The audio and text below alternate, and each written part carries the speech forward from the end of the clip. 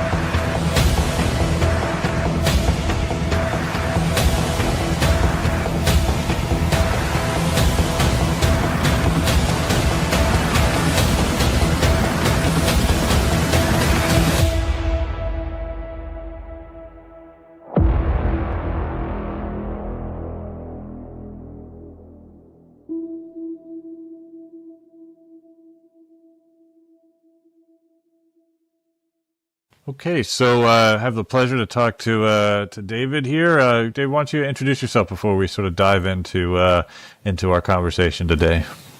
Sure. My name is David Andrew Wiebe. I'm the founder of musicentrepreneurhq.com. I'm a musician myself. I've taught music. I've been involved in the production side of music. Basically, pretty much anything you could think of.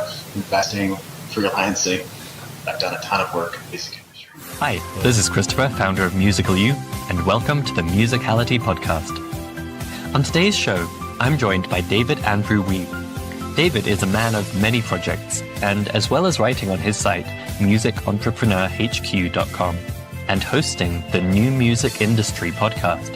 He is also a songwriter, he performs regularly with two bands, and he's written a book, The New Music Industry.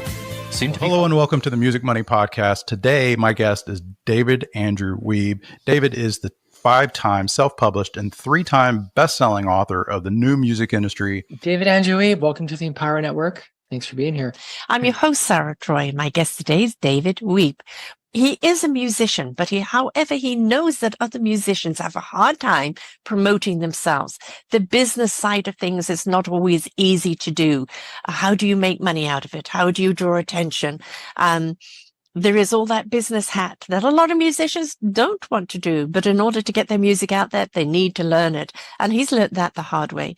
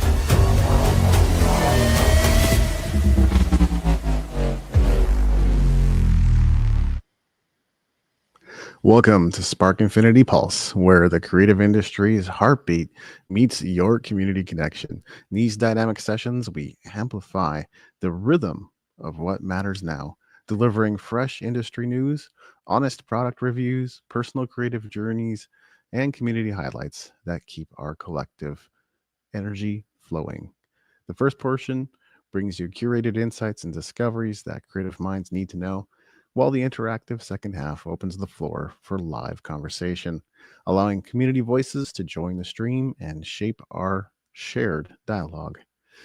Whether you're here to absorb the latest wavelengths of inspiration or ready to contribute your own frequency to the discussion, Pulse creates a vibrant space where information and interaction merge to keep our creative community continuously energized and connected. The quote of the day goes something like this: "The highest reward for one's toil is not what one gets for it, but what one becomes by it." Who said that? John Ruskin. Today's date is June 12th, 2025. And if you happen to be watching this on any other day, you are much better at time travel than I am. As always, the invitation is to connect with us during the proceedings of this show. If there's something that you would like to weigh in on, if you have an opinion, if you have a thought, if you have a comment, if you have a question, you are more than welcome to participate, because at the end of the day, every event we do is just an excuse to highlight you and put a spotlight on you. So we look forward to hearing from you. I did find a couple different ways for you to participate if you would like.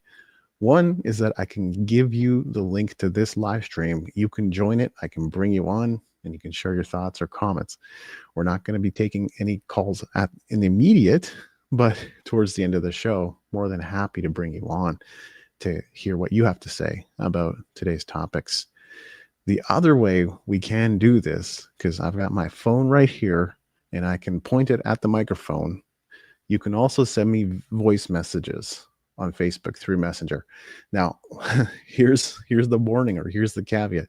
You must be marking your voice messages. You must mark your voice messages as Pulse. Now, just type it in. I'm not asking you to like do something special with your audio or your voice message on Messenger. That's not it.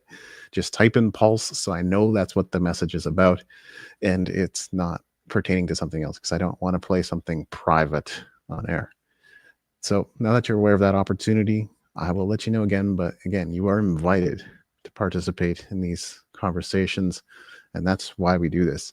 For today's show, I think this is actually the most interesting thing that I'm going to be covering today. There's a video clip that I want to show you. Here's kind of my preamble that I want to give you before I announce what the clip is and what it's about. So when I was first getting started in coaching artists, one of the first things I heard from people was stuff like, "But David, I don't read books, so I don't need books." Or, "David, personal development doesn't apply to me or doesn't apply to artists. Artists don't have to develop themselves. This personal development stuff is total BS." And I continue to hear similar sentiments through the years over and over again. I am certainly aware that there are a group of very sharp people, very sharp musicians, very sharp artists who do not feel the same way about that. But I have to say the overwhelming majority that I came across kind of had this notion, had this sentiment, had this opinion that personal development is not only unnecessary, but a complete waste of time for artists. But as podcasting continues to grow in popularity and celebrity artists continue to be interviewed more candidly, you probably have a list of your favorite shows, whether it's Joe Rogan or Sean Ryan or otherwise. It's become increasingly clear that some of the most successful artists, in fact, do invest in their growth, and sometimes pretty heavily too. When Marty Friedman made the bold statement that all successful rock musicians are business-minded a few years ago, I held that up as an example of something that validates what I've been saying all along. Artists need an entrepreneurial mindset. Thus, Music Entrepreneur HQ. That site doesn't exist anymore. Now I have davidandrewweeb.com, but guess what? That was one of the things that was undergirding the whole thing. I was letting you know that personal development was going to play a key role in your music career. Those of you who listened actually benefited from that. Very few of you actually did. So I relish and delight in every opportunity to point things out to skeptics and non-believers. Well, guess what? I mentioned the Sean Ryan show, and I was watching it recently. Dave Mustaine was the guest, and he shared about some of the books that he's read And some of the books you mentioned, if you've listened to me for any length of time, they're going to probably sound pretty familiar. He mentions a couple of books specifically that I frequently recommend and talk about. But why don't we get Dave to share what it is that he's been reading?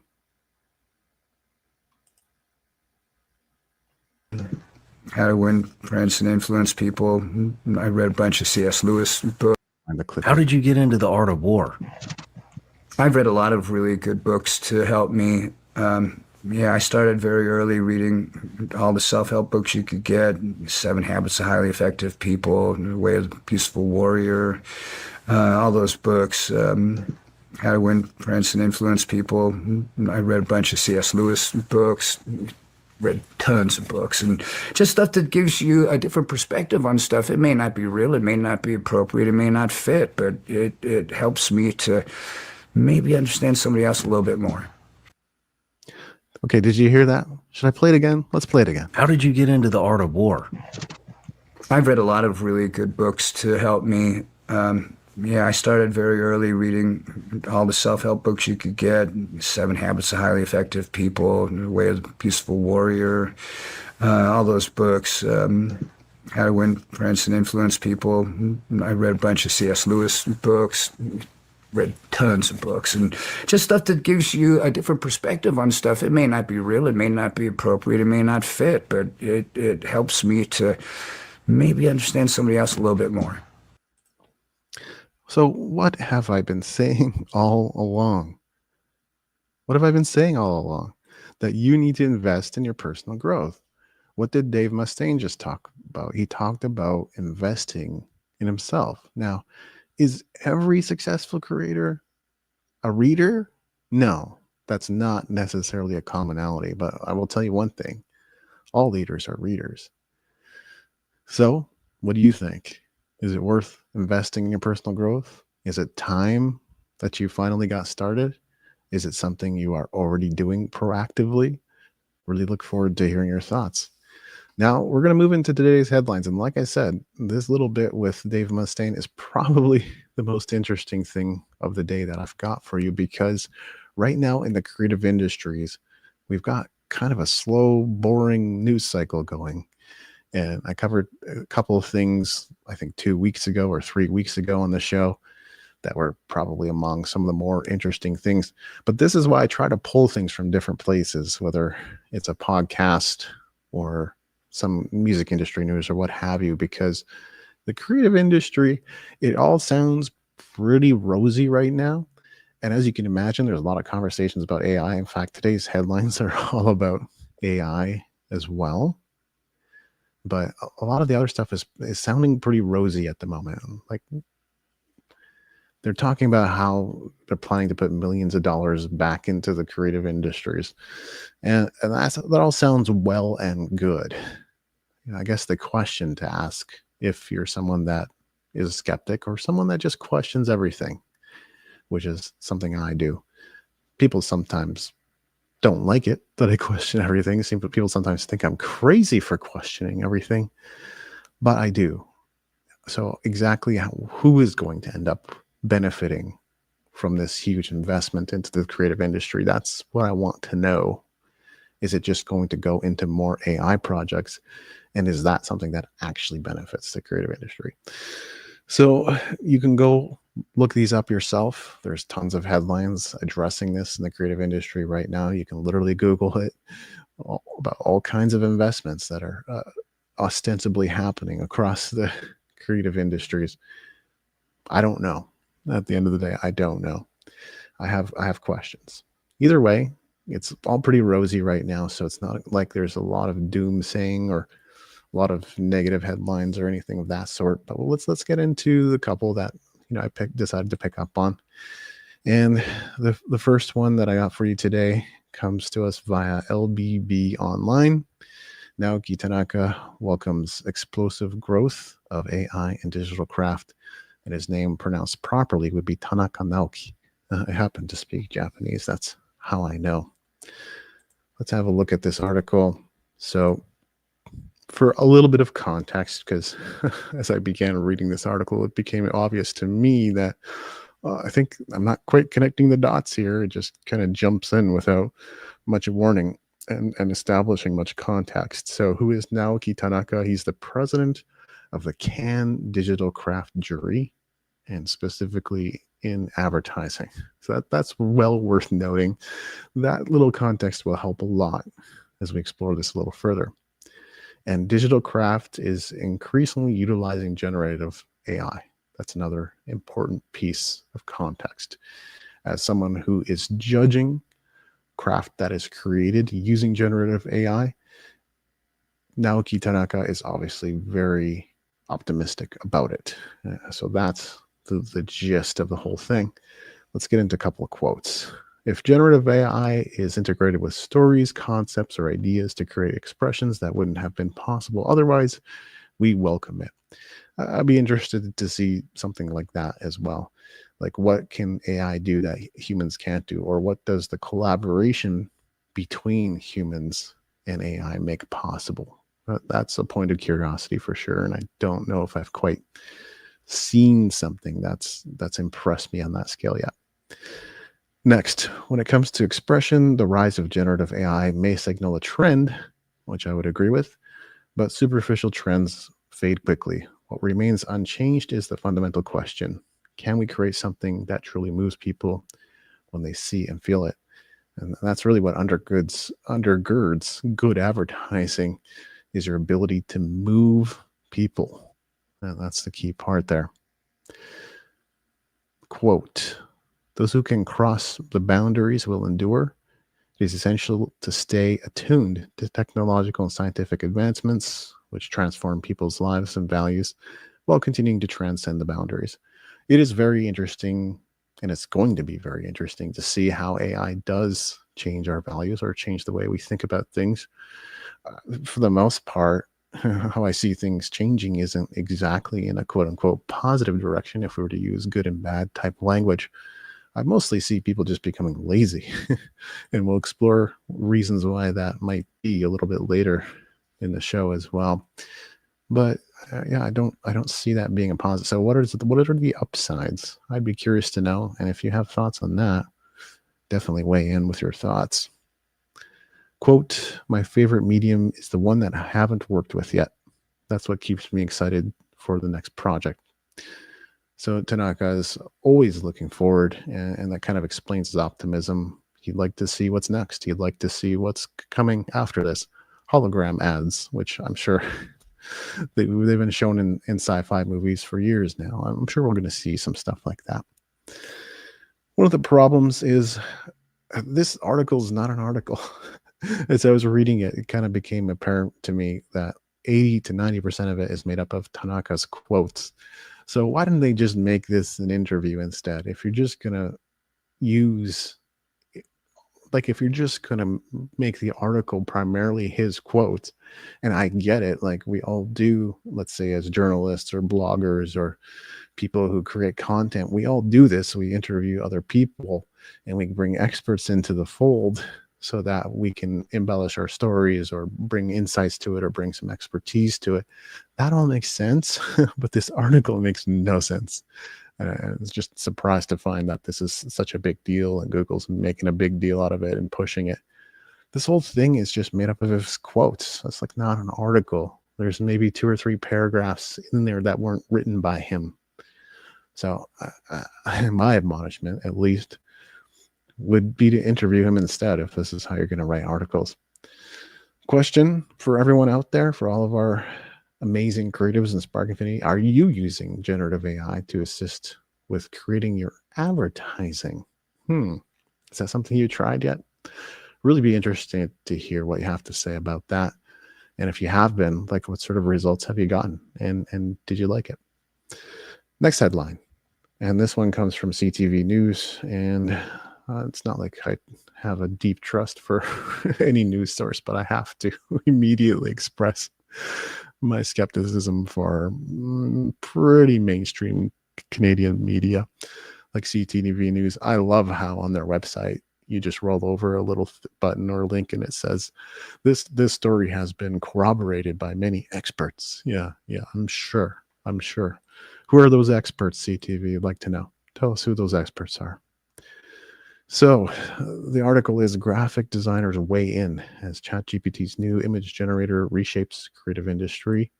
If you've been messing around with ChatGPT lately, you might already know about this. You might know about this from various other sources already. And if you do, of course, I would love to hear what your experience has been so far. Now, it's not, for those who don't know, and for a little bit of context, it's not unusual now that various AI chatbots can and will produce images. Meta AI has been doing this for quite a while. No surprise that ChatGPT has gone in this direction. Initially, though, people were turning more to like image specific generators because text generation, like chatbots, couldn't quite do this type of stuff just yet. So people would turn to things like Midjourney and Ideogram, and I'm pretty sure people still use those as well. But it's really no surprise that this type of functionality is now being integrated. Like we figured out the whole text generation part, which, by the way, I still don't think they've completely figured that part out. It's still not as good as it could be, but I think they're I don't know if they're still trying to improve that or not. I don't know if they've given up or what's happened.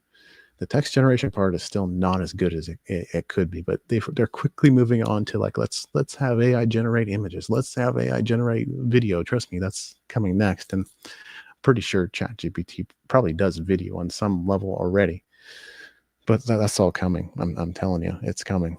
So basic context for this article, actually, this one doesn't make you second guess like the last one.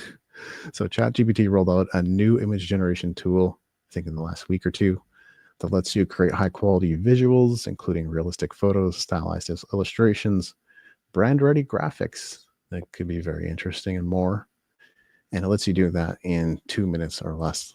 And, image generation, some stuff can certainly take longer, but I don't think 2 minutes is necessarily impressive. I've seen Meta AI do stuff faster than that.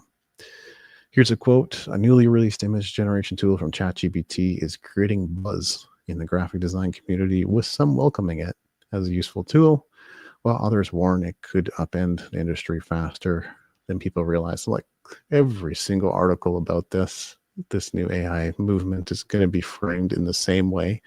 Oh, watch out. This is a cool new tool, but watch out. It's going to put people out of jobs. It's going to make things obsolete. Every single article is framed this way. Next quote: "Everybody always said AI is going to replace labor jobs first. Turns out it's the exact opposite. One of the first things it did was start making amazing visual art." So says Neil Ricketts, former graphic designer, now in sales. Yeah, I mean, I've heard this perspective as well. It's not uncommon in the broader creative industry. People have been saying for a little while, why is it that AI came to replace all of our menial administrative tasks that nobody wants to do and is now suddenly doing all the creative stuff? Why is AI making art and music and images and graphics and video? Why is AI handling all that type of stuff that human beings have gotten intensely good at, and typically through hardship, great travail, to get as good as we are? It took me a long time to get as good as I am on the guitar, and there's still headroom for improvement. I could still get even better than I am today if my right hand would cooperate. This hand, because of long hours use of a computer mouse, plus playing guitar and plus typing and all that other stuff, I had some challenges lately, but it's healing. It's going to be all right. It'll all come together. But just to illustrate this notion that, to get really good, to go towards mastery in any craft, takes a long time. Next, Ricketts said, "What's unique about this latest version of the tool is its ability to generate consistent characters across multiple frames, something he believes could soon impact industries like comic books and animation."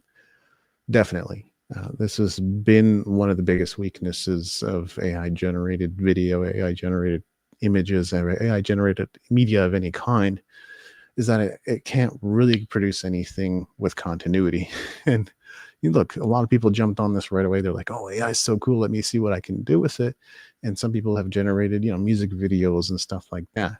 And it's just kind of like and I've seen stuff like this where it's just a frame by frame thing. It's depicting kind of scenes of a similar nature, but it's not like actually following the story of a character or anything like that.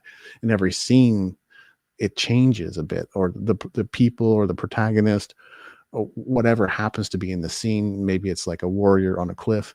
Well, it might be a warrior on a cliff in one image, and then the next image it's like a close up on his face, and then in the next image it's a different warrior. You know what I mean? So like there's no consistency from frame to frame. And now they're saying that ChatGPT can kind of do this. So that is actually noteworthy in this case. I would say that's probably the point to take away from this article more than the other stuff. Next, AI doesn't create anything new, it copies. It might put things together in an interesting or unique way, but it's still taking elements that exist and mashing them together. This is what I've been saying a lot lately. If you don't get my email newsletter, you might want to go to davidandrewweeb.com to sign up, so you do get it on a weekly basis. But this is what I've been saying all along. And yeah, AI doesn't know stuff. It can take kind of the data that it has and mash it together in interesting ways. It's not specifically creating something unique at this point. And, you know, even with prompting, it can't exactly get there. Next, you still have to come up with the ideas in the first place. Of course, AI is not going to come up with the ideas for you. It's still being directed by a human, and the robot doesn't know anything. It just knows how to give you what you ask for most of the way. Exactly. And that's also something that I've been saying, that it just knows how to give you what you ask for. It doesn't know anything. You know, remember that. Like, AI doesn't know anything. The big problem, the big challenge is sentience, right? And I still don't know that this technology exists. I don't think it does. It doesn't mean that they're not building it, doesn't mean that we're not headed in that direction. But as of this moment, the problem is we haven't figured out how human beings are sentient. We don't even know why we're here. We don't know how we started, and we certainly don't know how we're going. So pretty much the whole journey is kind of this big unknown. There's people who claim to know what's going on, and fine, no problem, you know, good for you. But I think if you just look at it soberly, look around you, you realize the leaders don't know where they're going any more than the people at the back of the boat. So we're just all in the same boat, and we're out on the water. We don't know where we started, and we don't know where we're going. Next quote, and this is really the same thing you're going to hear over and over again everywhere, and it's reinforced, and I think it's for a reason.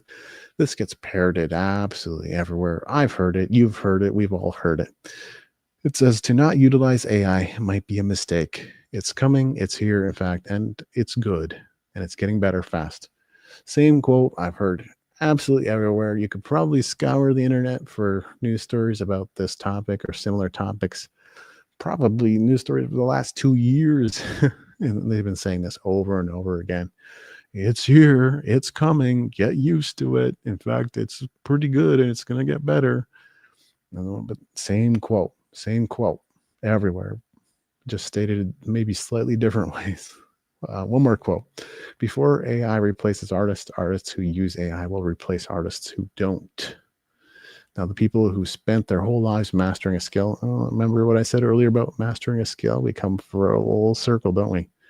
Studying and learning it, they're getting undercut, and that's only going in one direction. It's accelerating. So really the big problem I have with this whole notion and what it seems to be propagated repeatedly through these articles, which are, let's just face it, to some degree are there to instill fear in you, just as media's purpose has always been at some level to keep you in fear. And so this is why this thing has to be reinforced over and over again. And the suggestion, if you have to read between the lines a little bit, not a lot, but you have to read the line between the lines a little bit. What they're saying is mastering anything is a waste of time. I don't think mastering anything is a waste of time. I take great pride in mastering the things that I do master. And having played guitar for as long as I have, like I told you, I still got headroom to improve. Writing for as long as I have been writing, I've still got room to improve. That's what I've realized. So there's no headroom to growth in that sense, at least for me. And I don't think mastering things is a waste of time. Here's my co-host, and maybe she'll have something to say about mastery. Susanna, how you doing? I'm good. Can you hear me? Yeah, I can hear you all right. Oh, awesome. Yeah. I missed that. Like what you were talking about mastery. Were you talking about like art and graphic design? Well, we sure are. And this news story is primarily about ChatGPT and its new image generation tool. And this article by CTV News, which CTV is not, as far as I'm concerned, an amazing news source or anything like that. But it's talking about how this new tool is making image generation better. And really the big problem that it's solving is when you generate stuff with AI, it can't really stay consistent scene to scene. Like you want to generate a protagonist for your story, as the case might be. And you can create a scene with that protagonist, but when you go to the next scene and prompt the same thing, you get a completely different character or a character that looks different. That's sort of the big problem that this new technology seems to be solving, which is pretty cool. But this whole article, and I think if I was to go back to, But I just wanted to ask you, why is it pretty cool? Like it's like, it's pretty cool because for artists, they can't use that. They can't use the chat GPT or they can't use the AI tool because then the artists who actually can draw have the upper hand. Is that what you're saying? well, that's an interesting point, and that's not exactly what I'm hinting at necessarily, but having talked to some people in video and animation, the prevailing sentiment appears to be that people are going to start creating things with AI and then go to professional animators and CG artists and so forth to fix it. So like people are going to come to artists with a mock-up with something that, here's a general idea of what we want, but ultimately it's going to be like the professionals who end up having to fix it until AI gets better than it is, right? Right, exactly. So, like, for example, they're creating a story and it's live. Let's say they're host of a show like this one, or, doing a live stream like this one. And then they say, okay, they type in the chat and they put it in for AI to generate this. And then it's like luck of the draw in a way, right? Unless they actually say, please put the same animation style, the same as the previous. I think that's the thing of it. Yeah, even that doesn't work. And Oh, so that's what this new image generation tool is supposed to solve. Like it can actually have some memory of who you've generated. But yeah, you can't prompt for do the same thing as you did last time because AI does not have awareness or memory of what it did last time. Really. oh, okay, I get it now. I wasn't. Now I got it. This article is actually saying that it's actually fixing that image generator that that had that problem in the first place. Okay, got it. I Yeah. thought it was the other option. Exactly. And I mean, part of what I've been saying is I don't know if they've perfected the text generation part of AI. I still think that it's got some pretty significant flaws, but very quickly we're moving into a brave new world of AI generating images, which of course it's been doing that for a while now, but now it's like integrated into your favorite chatbots. Meta AI generates images and ChatGPT generates images now. So you don't have to go and use specialty programs like Midjourney or Ideogram. I still like them. I still take advantage of them when I want to generate something really specific. When I created our Pulse logo for this show format, I didn't create that. I prompted for it, and it came out exactly how I wanted it to. Right? Nice. That's awesome. Well, imagine if like they were to take it to the next level and they thought about like, it's just similar to how like Facebook thinks about us too. Whatever our likes are, whatever our like, like we're searching for, it comes up and then what if like, like I'm sure that AI probably thought about it already, where like they kind of can read minds. Oh, I picture this that's gonna be like this, and then it comes out exactly how they liked or perceived it to be, just like this pulse thing, right? So, like an intuition. I don't know if AI can have intuition or it's possible to tap into that type of thing, but that would be interesting. Well, I think one thing they could and that's a really great point. I think one thing they could probably pretty easily do is utilize the algorithm or the big data that they have on each of us and train AI on what that is. So then it would know your preferences and be able to customize towards you. I think it has its advantages and disadvantages. It's one of the things that's been trending in marketing for who knows how long is personalization and customization. And we increasingly go in that direction. Just because I generated something about best fishing spots in Milwaukee one day doesn't mean that's exactly what I want tomorrow.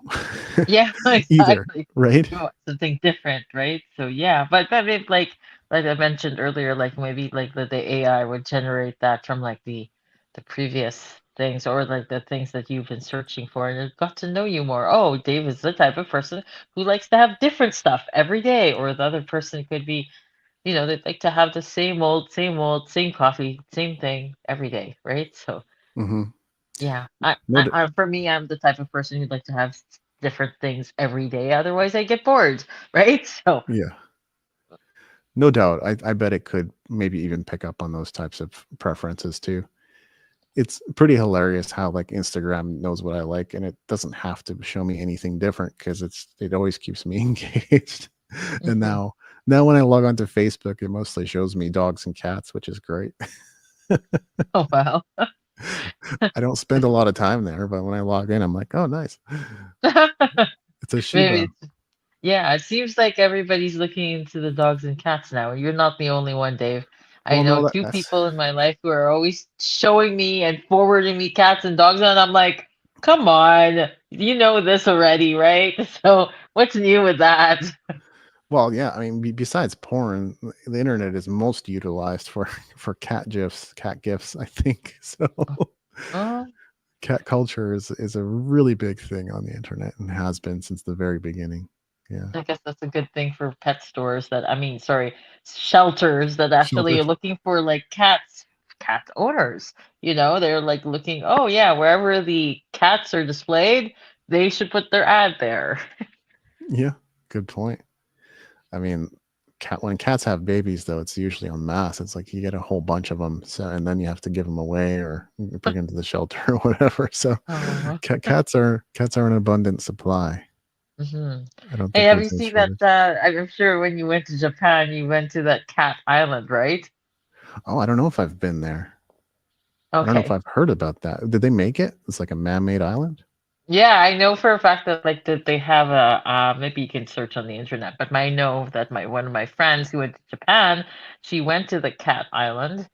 Okay. So maybe we could take a look and then show that to the viewers if there's time for like sidetrack conversation Well, like we have officially reached the part of the show where it's pretty much just user or listener viewer participation. So anybody is welcome to like come and join us live or leave a voice message on Messenger for me, and I could play it here and hear what people have to say about today's topics. Because I already covered all of today's topics basically. Oh, okay, I got it. I Japan is home apologize. to several cat islands where cats outnumber human residents. Okay. Aoshima and Tashirojima. Very interesting. We have a mutual friend in Japanese. Japan. I wonder if that mutual friend, uh, Rags would actually visit that island. But I don't Yeah. doubt it because he has a dog already, anyways.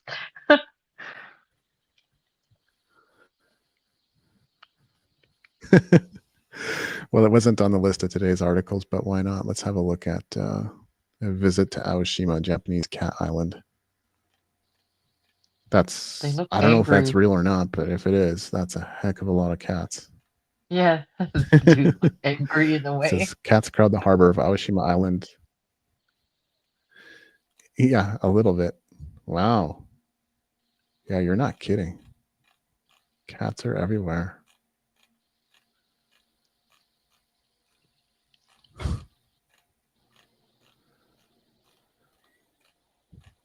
Well, if you love cats, Yeah, do you know about like the swimming pigs or the swimming boars? really? Oh yeah, I've heard about That's a that. whole. The swimming, Yeah, that's a whole the other thing. is it the swinging boars and the swimming pigs in the Bahamas? Yeah, I think it's the Bahamas. Yeah. Because like when I went to the Bahamas, they had that on their wall with the swimming pigs, and I'm like, wow, they have swimming pigs here. Yeah. I You can remember go like when swimming I with went to them. They're school. friendly. I remember when going to school actually in the Philippines. There was a number. I went to a convent school with all like like the uniforms and everything like that. And one of the things we would go is we eat lunch in the gym, and in the gym there would be like a whole bunch of cats like going on asking for food for us, being on the rooftops of the convent and the cafeterias and everything like that. And then we would have the option to just throw them food. So it kind of reminds me of that, but it wasn't as many as the people on that, I mean, the cats on that island. So, Huh. That's very fascinating. I didn't know such a place existed. And then again, I don't think I've been to Ehime, so I've been to probably the southern parts of Honshu, all of them, hmm Shikoku and Kyushu. But hmm I don't think I've been north of Tokyo. So, and there's a yeah, lot more to see up there. yeah. But I was referring to like my Your experience Filipino growing up experience. as a Yeah. Filipino experience in the convent school, right? With cats on the roof and just feeding the cats, right? So, yeah, it's very similar. Well, yeah, the Philippines is its own culture. And I mean, it's a developed country now, I'm sure, compared to when I went. But when I went for like Christmas 98 or 97 or something like that, That's a long time ago. Yeah. actually, I think it would have been 96. There, it definitely felt like it was a developing country at the time. Well, like when we arrived at the airport, there were like tons of people begging for money, lots of kids begging for money. When we got back to the place where we were staying, apples were a rare thing, so you weren't supposed to just casually eat an apple. It was like a Oh, delicacy. In the Philippines, there were tons of geckos on the wall. That's oh on the yeah. in the roof. Like that's probably still That that it is. And then you know what they call them? They're calling the word is butiki. Butiki. butiki. Yeah, yeah. Those are called lizards. Lizards, and it's a Filipino term for lizards. And then they actually go like like something like that. Right. For the Yeah. most part, they're quiet and harmless, and some people even find them cute. So that's a bonus. I remember a big frog landed on my mom's foot randomly because you do sit around outside a lot in the Yeah. Philippines. hmm I remember them killing the pigs and draining the blood. And Ah, very I remember interesting. hearing the chickens every morning. Yes. And I also Every. played a lot of ping pong there. I remember that. Oh wow. Yeah. Wow.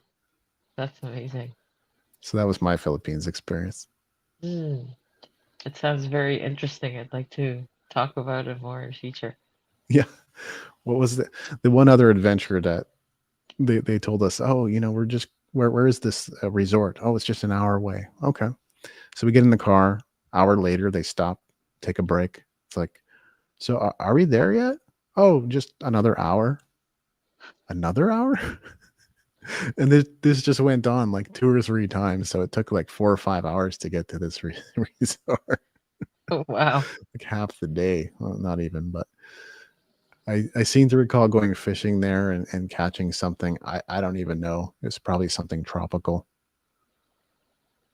Tiny fish. That's amazing. And did you fry it or did you eat it alive?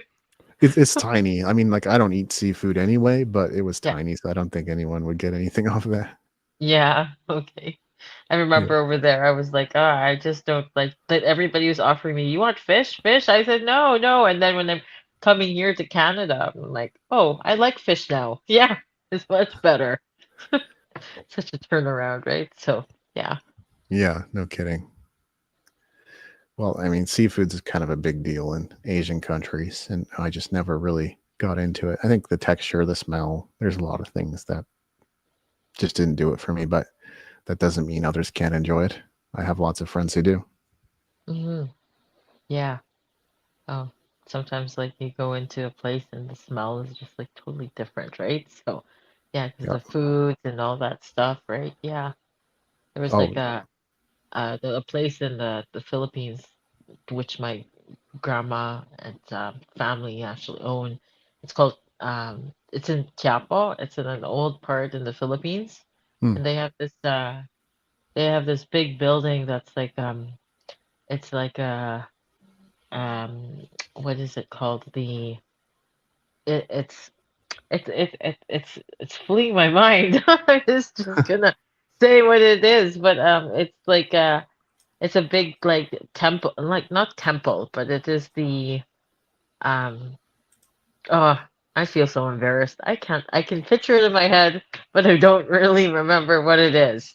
If I put it's like it's a structure where it's oh there we go. It's a pagoda. There we go. I was gonna say like shrine or pagoda. So there you go. Yes, yes, it's a pagoda. And so they actually have it right now where there are it's a place where people have the seafarers are staying at right now. But Hmm. back in the day, it was like the home of families and was protected also during the war. And then they had like, every time the bombs came, they would just go in there and like, but it was flourishing areas with lots of deer and flowers and everything and statues and fountains and during that time back in that day. But yeah, I wish that I could see it at that time, but right now it's like I've explored the area and it's just amazing how it was built and had like multiple um like a lot of history around it and where Mm. artists would go up into the pagoda would actually paint with the masters and everything. So yeah, really rich culture. Yeah, there's lots to see in Asia. So much culture and so much history. You know, Hmm. Japan's got lots too. And I heard stories about Cambodia recently. I was like, wow, there's just so much there. Yeah, yeah, definitely. Lots more to see in this lifetime. Do you Hmm. want to see a clip with Dave Mustaine, Susanna? I already played it twice for our viewers, but you know who Dave Well, Mustaine is? I don't. Who's Oh, okay. Dave Mustaine? Guitarist of Megadeth. No, I don't. I Okay. don't know that one. But He if used, the art, but if they've already seen it, would they get tired of yeah, seeing it maybe. the third time? I show it repeatedly to make a point, but you Oh, know, I yeah, see. they might get tired Okay. of it. Okay. Well, Yeah, if they choose to, I mean, yes, please play it. And okay. those people who are sick and tired of that video, you can fast forward through it if you like. In the replay, right? They can't fast Yeah, forward right now. that's right, exactly. Or you Okay. just plug your ears and like just pretend, or just go to the bathroom. I'm sure that they have, and then once it's done, then it should be fine, right? So Definitely. yeah. Okay, so How here did it you is. It was on the Sean Ryan show. Nobody sue me, okay? It's just a clip. I wanted to share this with everyone. how did you get into the art of war? I've read a lot of really good books to help me.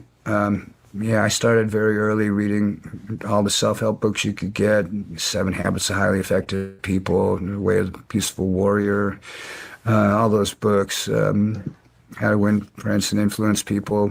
I read a bunch of C.S. Lewis books, read tons of books, and just stuff that gives you a different perspective on stuff. It may not be real, it may not be appropriate, it may not fit, but it helps me to maybe understand somebody else a little bit more. What'd you get out of that, Susanna? I was expecting to get like this like guitarist like strumming the whole music video, but I didn't anticipate like the just to get that part. So Yeah, I he's a don't metal know. It's guitarist. huh? He's a metal guitarist too. Oh, he's a metal guitarist. Okay. Yeah. I'm embarrassed to say that I don't know what I got because it just flew by me because I was waiting for the music. Well, you missed the most important part then, which was about personal development, because that's what he was talking about, right? All the books that he'd read, How to Win Friends and Influence People, 7 Habits of Highly Effective People. Those are a couple of books that I recommend to people as well. I have a list, right? I've got a big list that I'll eventually share on the show too. But those are 2 among many books that I really recommend and suggest. And the whole context of it was just through the years, I've been told by many artists like, David, I don't need to read books. I don't want to read. I don't like to read, or this personal development stuff's BS. And yet I keep finding celebrity artists and successful artists who seriously engage in personal development. So that was kind of the point. Ah, that's amazing. Thank you for sharing that with me. I do want to mention one thing about the personal development. I've been always late to all my life and everything like that. And Yeah. then my uncle just recently saw me and I said to them, I'm going to be there at 8:20. And then I showed up at 8:20 and he says, wow, Susanna, I didn't expect that you to come here. You got here promptly at 8:20 like you said you would. He said, good job. I was like, yeah, that's personal development for you, right? So Yeah. I Well done. really You taking were care of right myself. on time for today's show too. Oh, what's that? Oh, no. That's right. I was late. I'm sorry to the viewers. I'm sorry to you and the show. But I guess that, like, next time I will be on time. Well, I'm just having fun. We haven't even seen you in a while. I don't think you've seen the new intro video, and we actually have an outro video, new one that we'll be showcasing Oh, today too as we ooh, go out. So yeah, I love that. Well, I definitely want to be here more because honestly, like, being on the show and engaging with people like you, Dave, are my favorite things to do. And also engaging with other people. Like it's my outlet of being fully self-expressed in the world. And that's what I mm, really need. Like I go in and out with other people. Sometimes they don't even get to speak about anything. And I'm just listening, but like here, you get to speak, you get to engage, you get to like really show what you're up to in the world and talk with what makes you happy, and people react to you and so on and so forth, and everybody's listened to and heard. Really, it's just such a pleasure to be with you, Dave, and to always be here. And like I said, I do want to have more times that I can say yes to, like, being here as a creative way to express myself and also to be engaged with all of you on the screen. So, exactly. I love what you just said, and that's why I'm here too. And like many of the reasons that you mentioned, I totally resonate with. Being able to be self-expressed, absolutely, and really being able to connect with the community, because this is now something I can do way more intentionally than before, where the focus was far heavier on let me create my next blog post, my next podcast episode, my next book, my next course. Here it's way more personal, interactive. There's a community, it's growing, we're having a lot of fun, and there's stuff happening every week. So it's just great. yeah, I know. It's so good. And I just created some new art today too. I'm so excited so like I can just you know, be with it. And I when I was coming here, I was like, wow, I'd like to have like a show in Art Infinity to showcase the art that we produce out in the world, right? And Mhm. like, to talk about this art and talk about what the meaning is behind the art and what motivated them to do the art and so on and so forth, right? Whether it be like, a show like Dave that you have here or like your music, Dave, or like the books that you created or whether it be my like like I created like anime caricature of two of my good friends and yeah, so it's just different things that you can do and to produce out in there. Yeah. Definitely. And a lot of stuff's coming along, like in terms of updates. The Spark Infinity website has now got more on it than it used to. It actually feels like a real website now with real content. And we got Awesome. like we're still broadcasting to YouTube, but I did decide to start a Spark Infinity channel. So everyone do subscribe because there's no one there right now.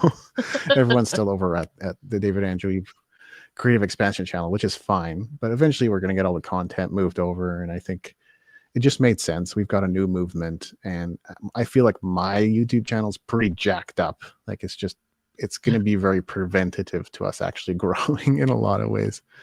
So that's why I didn't want to keep publishing content over there.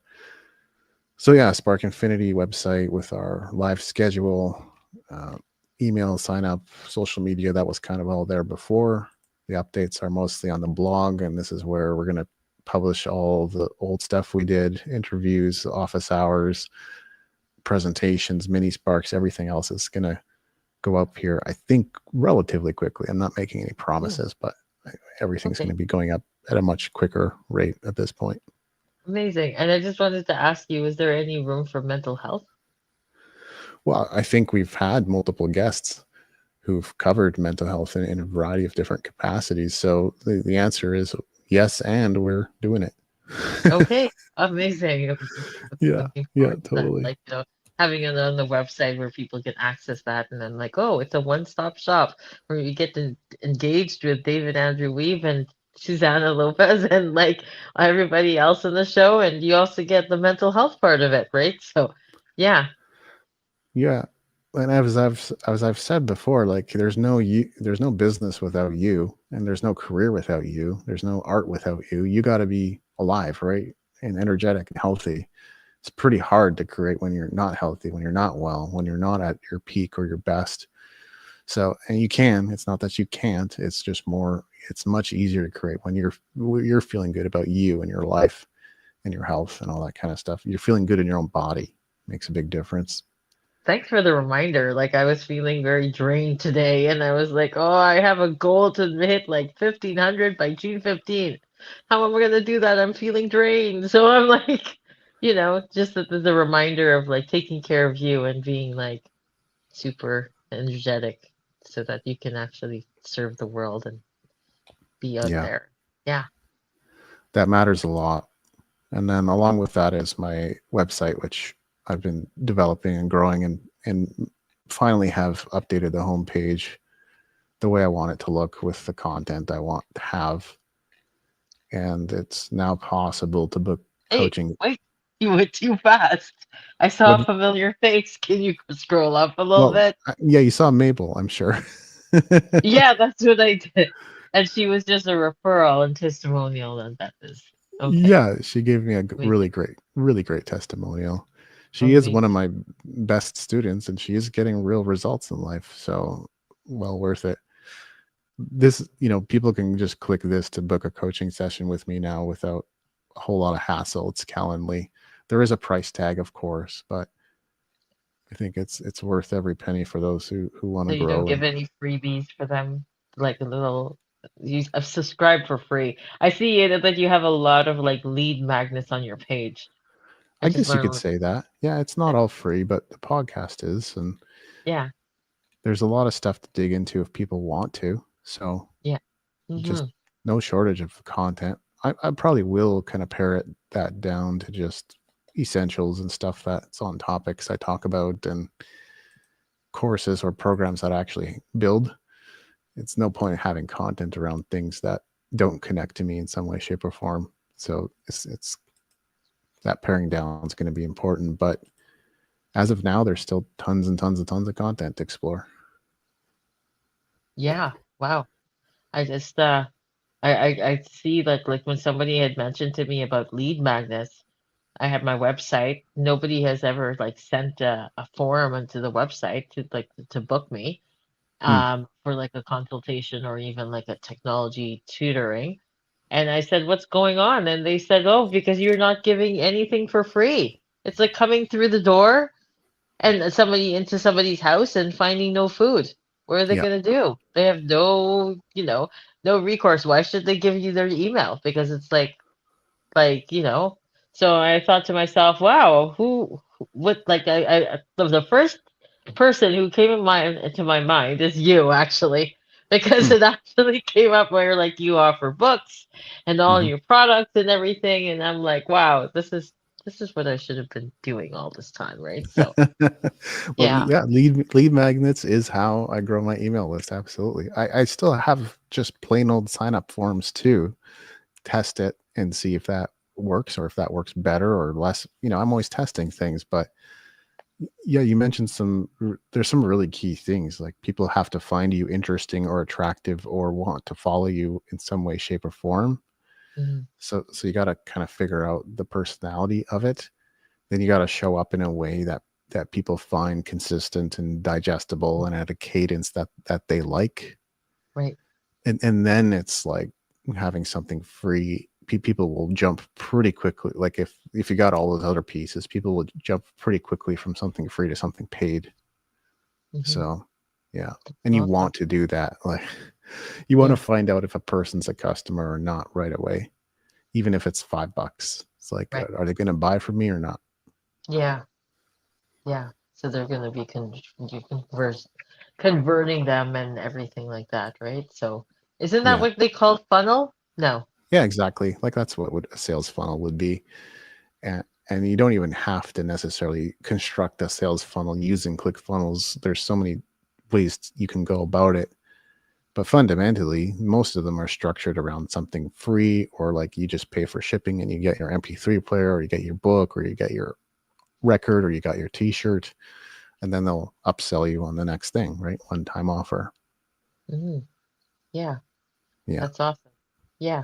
I don't know how I'm gonna do it, but I guess I'll have to create something to have them be attracted to my website. I think the first thing I will be offering is just like these journals, like keep track of your technology, keep track of what you learn, blah blah blah, stuff like that. I like the learning angle, definitely. Yeah. One thing that worked really well, Music Entrepreneur HQ. In fact, it probably worked the best of just about anything. When I had PDFs, like downloadable PDFs for every podcast episode, so people could download the transcript. But immediately after they entered their email address and signed up for that, they'd be taken to the page where I was selling the Music Entrepreneur Code, my 5th book, and it converted very well. Wow. Yeah, it was selling for $5, but Wow, that's so good. That's how I confirmed customers right away. Very good. I got a call. So yeah, it's a good time to wrap anyway. Yeah, it's great to be with you all the time, Dave. All right. Enjoy it. Yeah. Thanks for being on the show today, Susanna. Okay, thank you so much. And bye to the viewers out there, and have a great one wherever you are. Indeed. Have a great one and enjoy this closing outro video. David Andrew Wiebe, founder of Spark Infinity niche-based Facebook group. David, what is going on in Spark Infinity? Spark Infinity has been growing pretty rapidly since January. We started with literally 4 or 5 members, now to well over 1,400 people, serving creatives and creators, poets, artists, visual artists, musicians, actors, actresses. What should members of Spark Infinity be prepared for? What are the live shows about? We like to interview people and get a sense of who they are, the kind of things they do, highlight them, and especially their amazingness, their personality, their superpowers, whatever makes them great. That's what we like to highlight in those conversations. So how could members of Spark Infinity also benefit from Bump Global? For one thing, there are so many amazing heart-centered founders of various niche-based Facebook groups that if you wanted to be interviewed, you could just put yourself in the middle of the storm and find all kinds of groups to be featured in and interviewed in all day long. And the other thing is, if they have the desire and the work ethic to build their own niche-based Facebook group and blow it up, that's another opportunity that's waiting for them. And I only see things growing from there.